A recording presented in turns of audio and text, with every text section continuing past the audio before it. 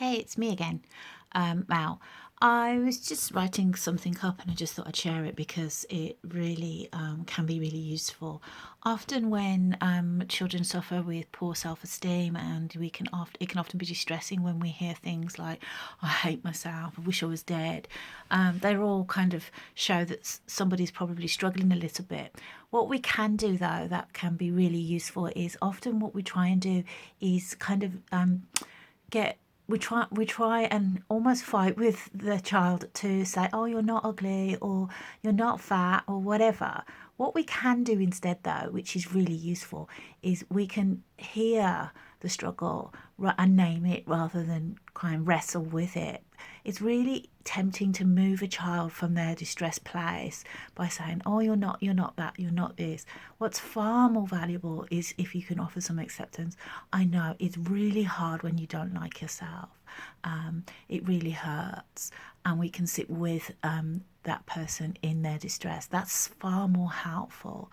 And another tip that I often give to parents is good gossip.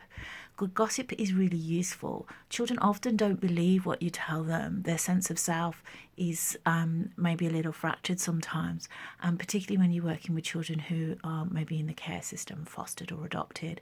And so what we do is we use something called good gossip. You can see my eyes go, ooh, good gossip. Good gossip is where you talk about a child in a favourable way, maybe to another parent or a relative. And it might be, I noticed how Johnny really stepped into his courage this afternoon. He was really scared going to the new playgroup, but he did it anyway. And I'm so proud of him.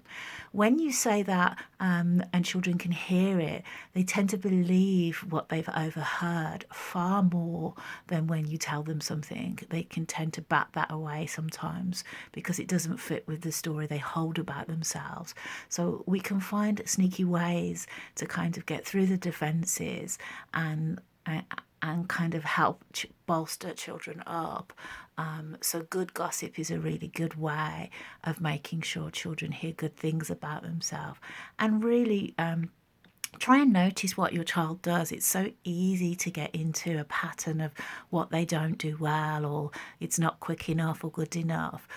So really watch your critical adult that goes on, and notice the small things and really feed them back. I noticed how kind you were to your little brother earlier.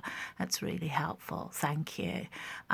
So yeah, small and often is much better than big praises that don't go in so well. I hope that's useful. I was just writing some notes and just thought I'd share a bit. I'm just showing up, unscripted, unedited, and I hope these snippets are useful. It's kind of how I roll. I'm Mel Riley, adult, child and family therapist. Have a good day.